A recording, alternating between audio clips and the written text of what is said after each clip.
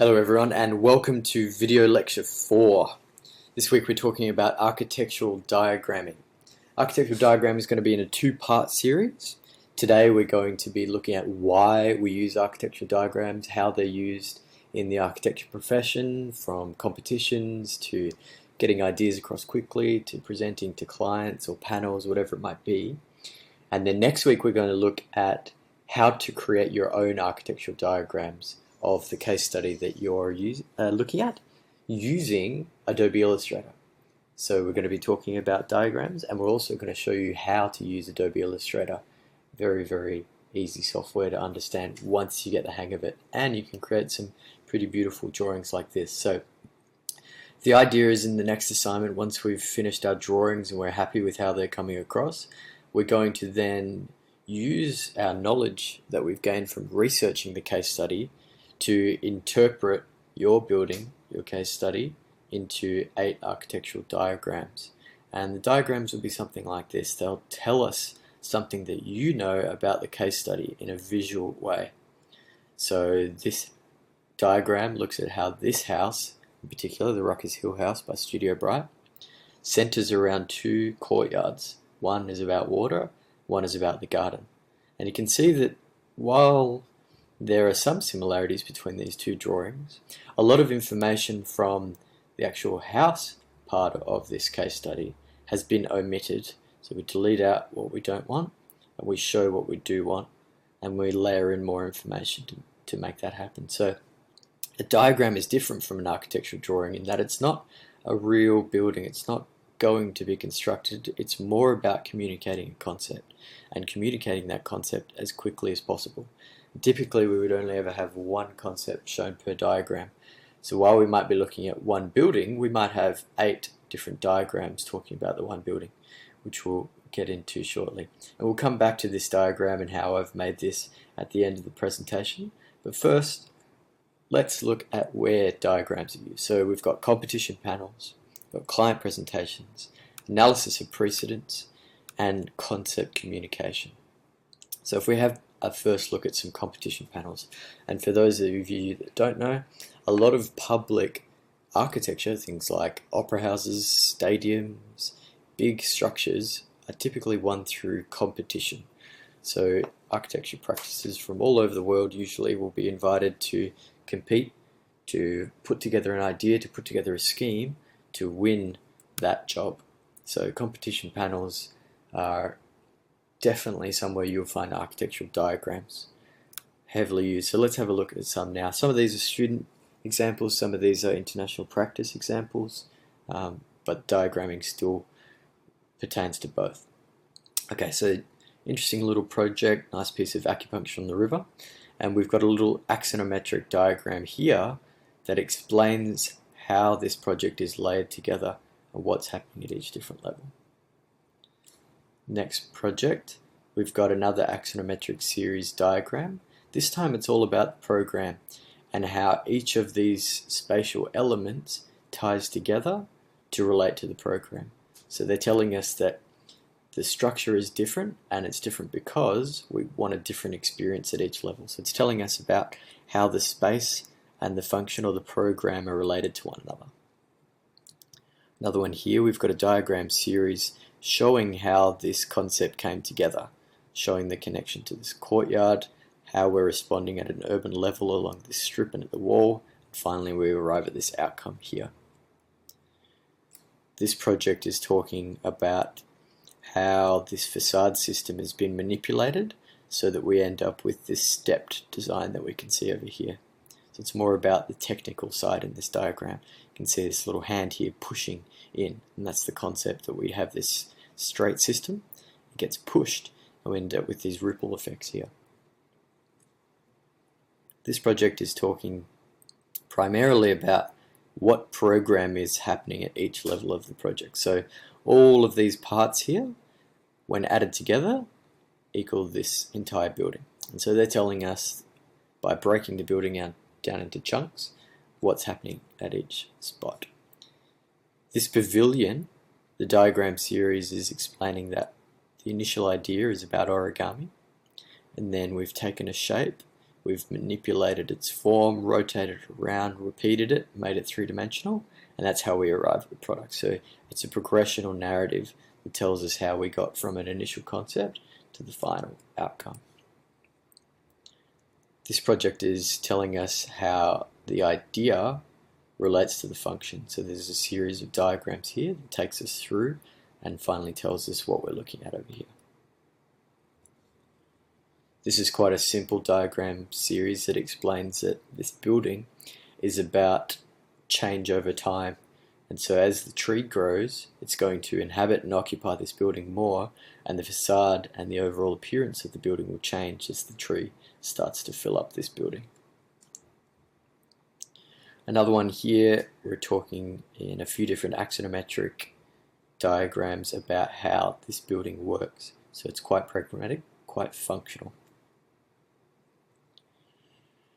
Here, diagrams are explaining the relationships between this particular building and the site.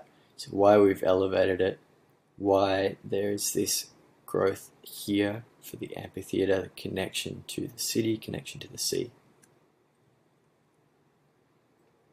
This project talks about the prefabricated little house, talks about in very, very basic terms how the project goes together.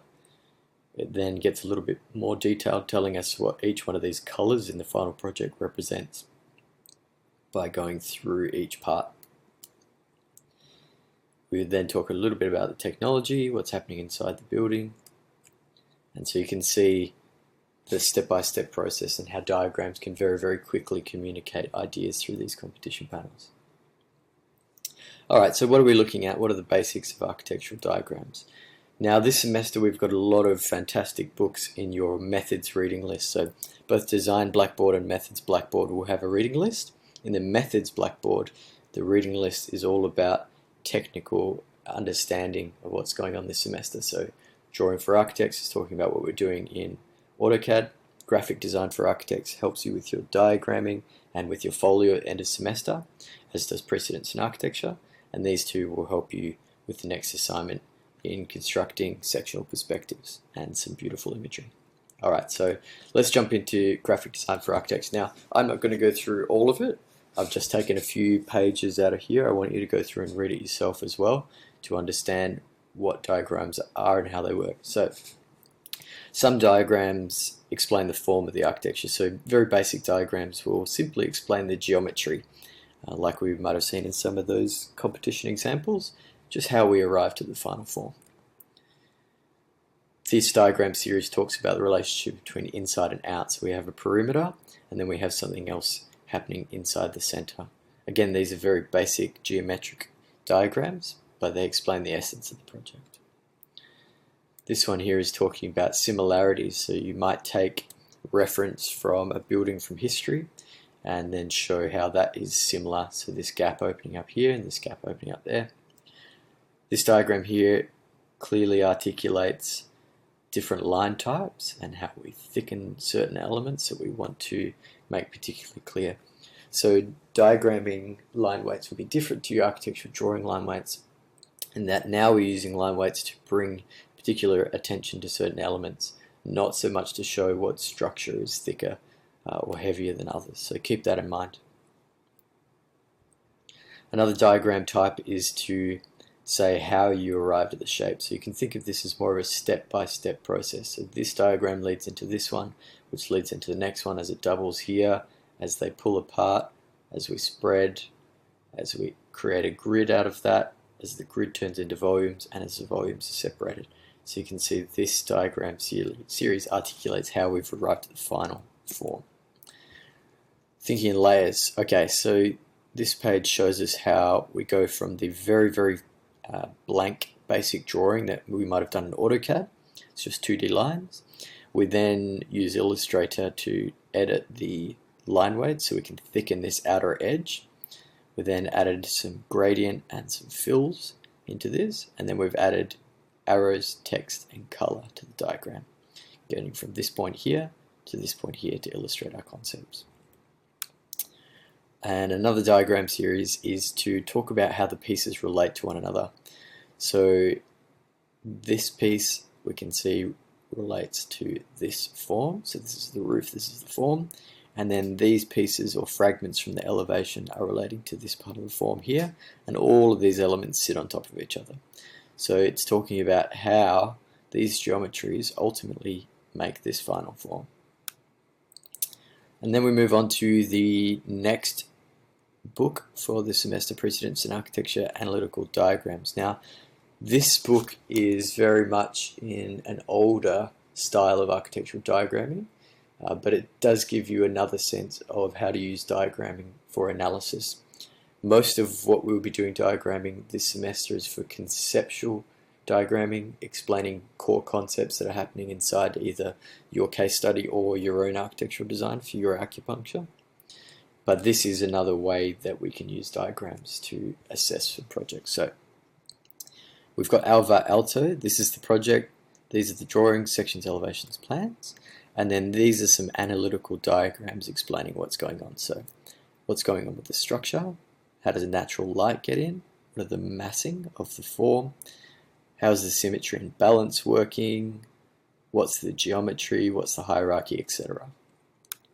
Tom Kundig's Chicken Point Cabin. These are the drawings.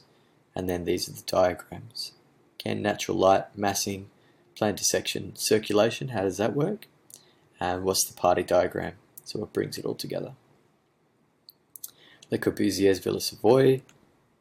These diagrams talk about the structure, natural light coming in, the geometry of the space and how it works, the unit to the whole, additive, subtractive. Yoshio Taniguchi.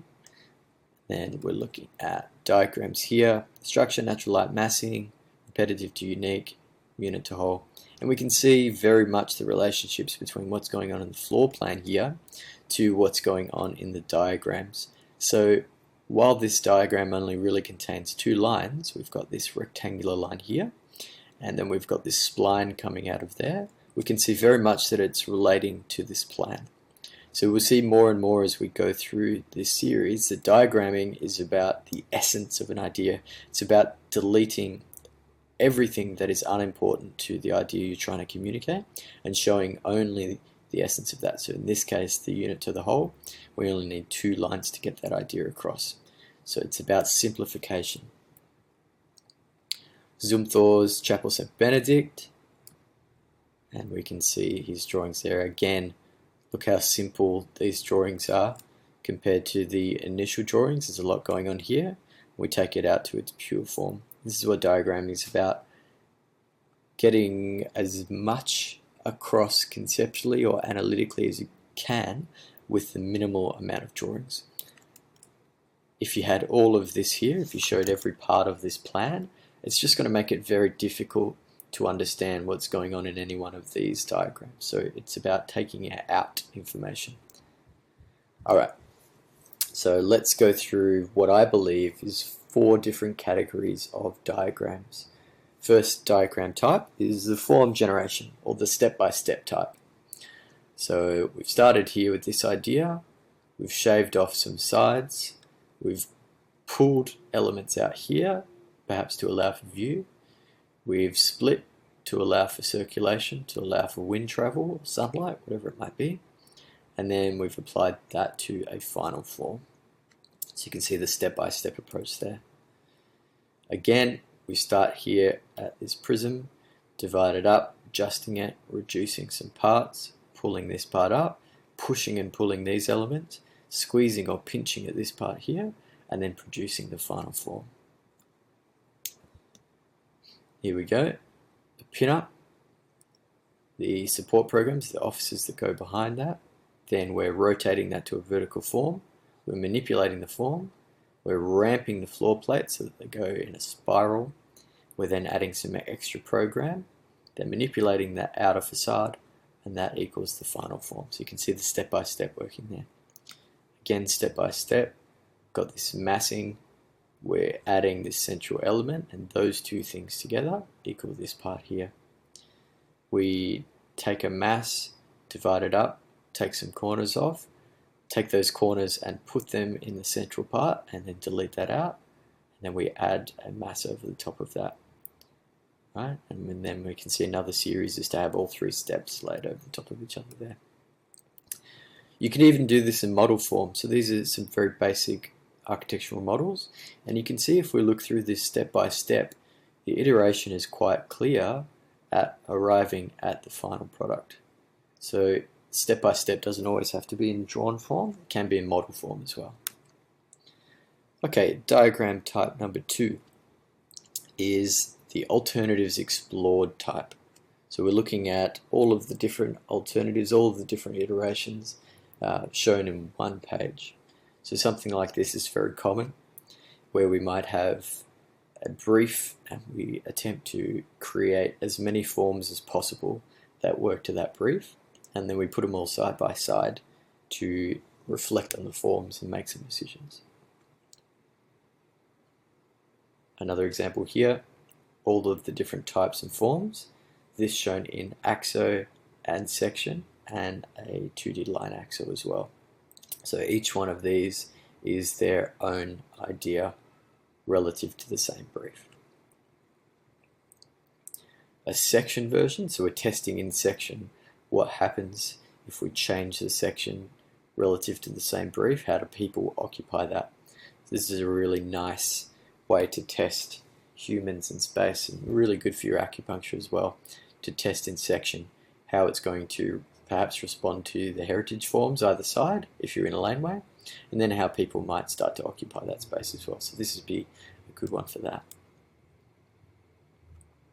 This one is just testing the forms both in section and axo in different ideas and concepts. And then same again, we've got a sports field. So what happens if we change this sports field, the edges, if we add form to it, if we do different things, what happens? We're looking at some public furniture now.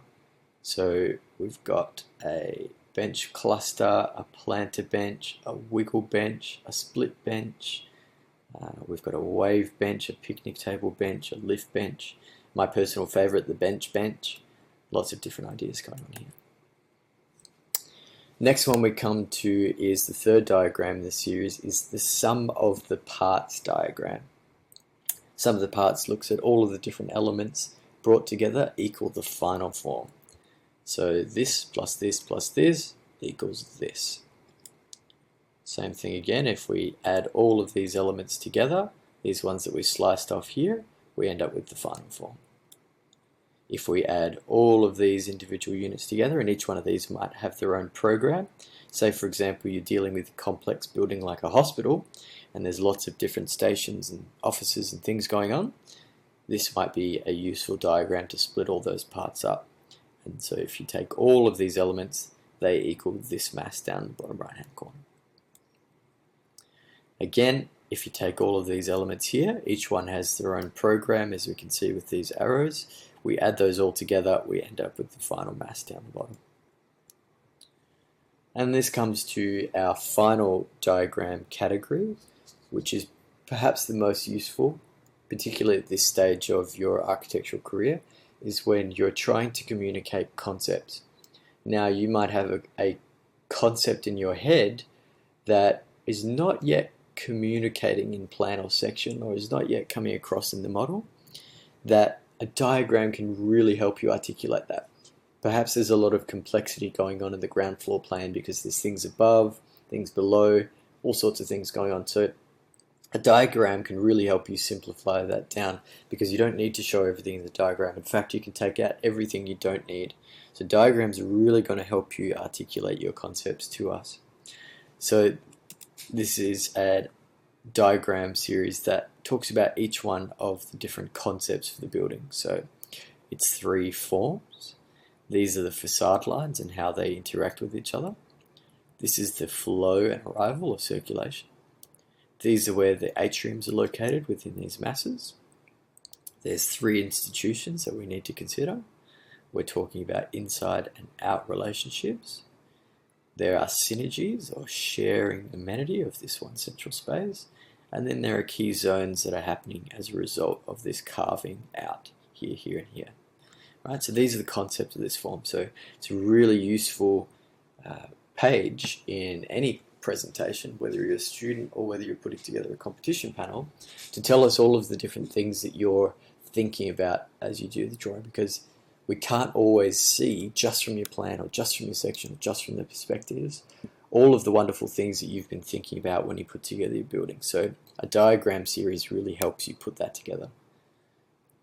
Here we go, we've got this main concept here, gets warped, gets spread across over there, and then ultimately arrives at this final diagram there. A few different concepts going on here, the strength of this, porosities as we start to open it up, gradations as we push and pull. Another one here is talking about the concept of a dual layer. So we can see from this drawing here, as a plan, even if we take away the arrows, it might be quite difficult to see that concept of what we're talking about because there's things happening at two different levels of the drawing. Because we have this section here as a diagram, very, very quickly we can see that that's exactly what this building's about. It's about this dual layer of people being able to see each other from different levels in the building. Great diagram. Another diagram series talking about different concepts going on. So we've got this outdoor study landscape that happens beyond the building, an open space entrance area, we've got a shady public space, we've got unlimited adjusted views, there's a 360 view from this level, got views at the bottom level interacting between inside and out, got bright rooms with generous open facade, we've got these light channels that go from the top down into the bottom of the space, and then we've got light protected rooms down at the bottom with these heavy masses.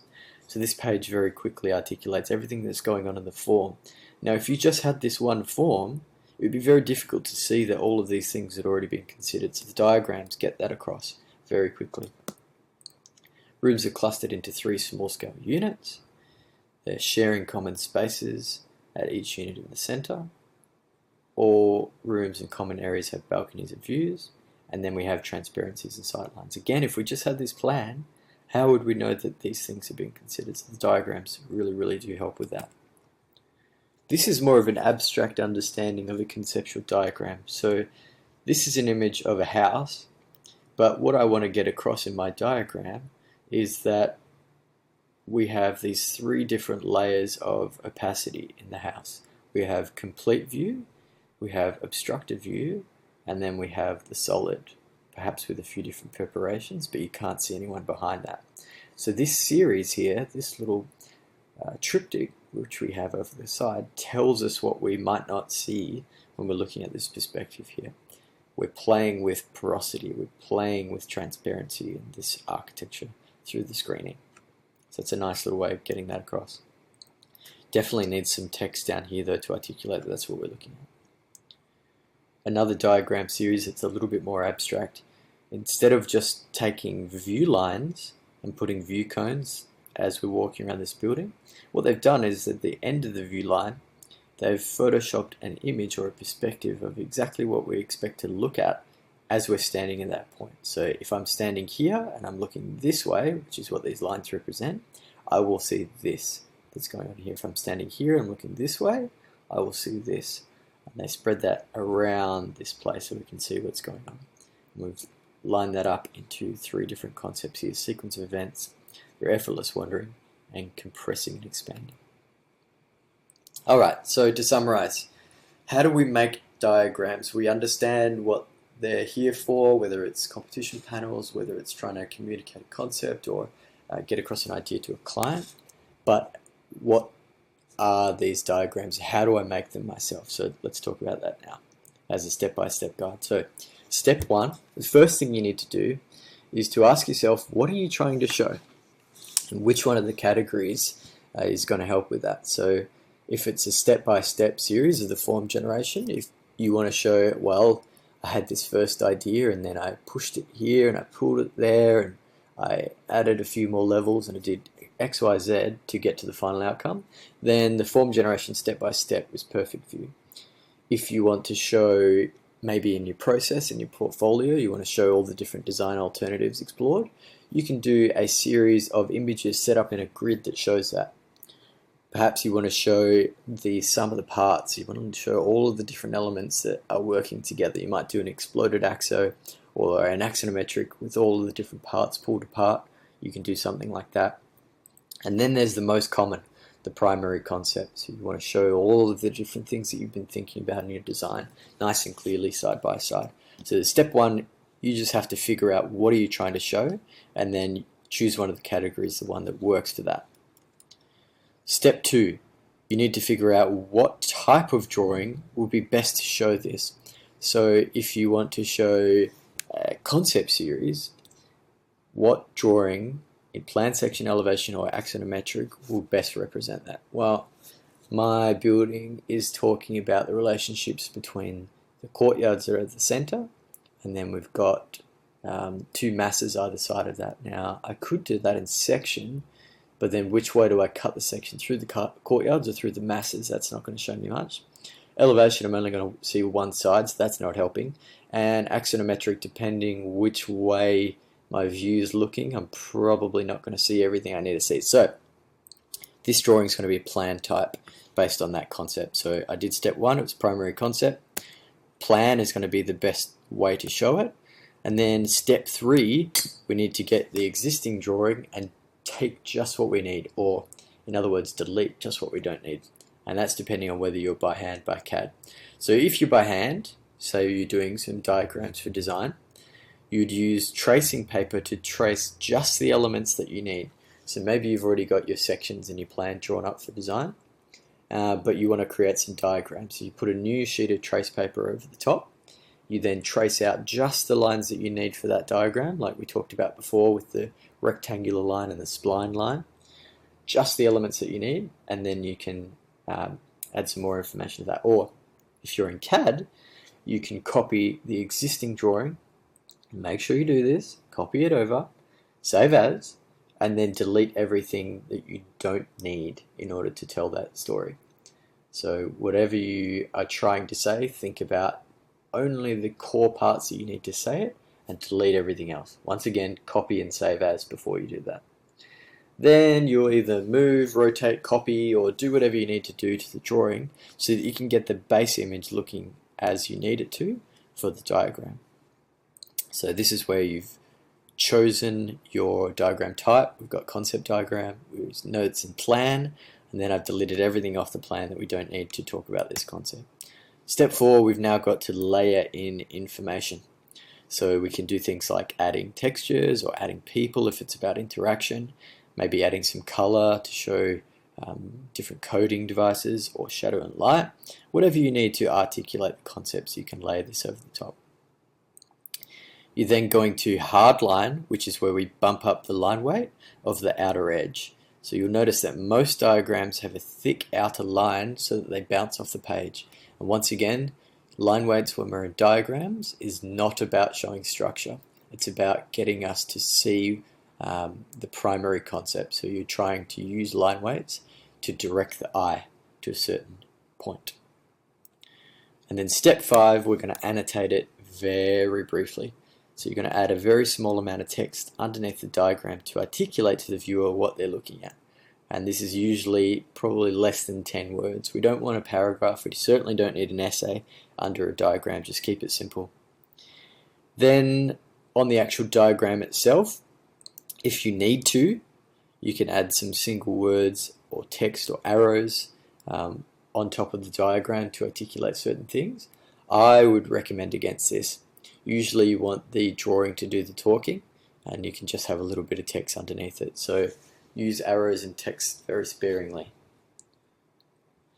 Alright, so let's go through that step by step in my example that I've been using for methods. So I'm looking at Studio Bright Rucker's Hill House. I know that the concept I want to portray or convey is that the house centers around these two courtyards, and one of them is about the pool and the other one's about the garden. So if we go back through the steps, remember I said to choose which step we want. So this is a primary concept, so that's step one done. We need to figure out the drawing type. We said plan was going to be the one. Now I'm in CAD, so that's fine. I'm going to copy across my existing drawing, do a save as, and then delete everything I don't need. Then I'm going to layer in some color to show what I'm talking about, and I'm going to hardline the edge and add a very small bit of text. So let's look at that. So here is the existing plan. Lots of information on there. Good looking plan. It's doing what it needs to do. If we zoom in a little bit, we can see some of the line weights going on there. Now, the project Studio Bright Ruckus Hill House for me is about this pool and about the garden, and how the house starts to frame around those two things. We've got the living quarters over here, and we've got the entertaining kitchen dining, all of those things over there, and then these two beautiful recreation spaces either side, right in the center. So that's my existing plan. What I want to do is create a diagram that looks something like this. Now you'll see, if we zoom out just a little bit there, zoom, zoom, zoom, oop, too much. Okay, I've deleted everything from these house chunks here and here. So I've got a nice white empty space there, but I've kept a line showing the perimeter of the space on the outer edge because it's about centering around.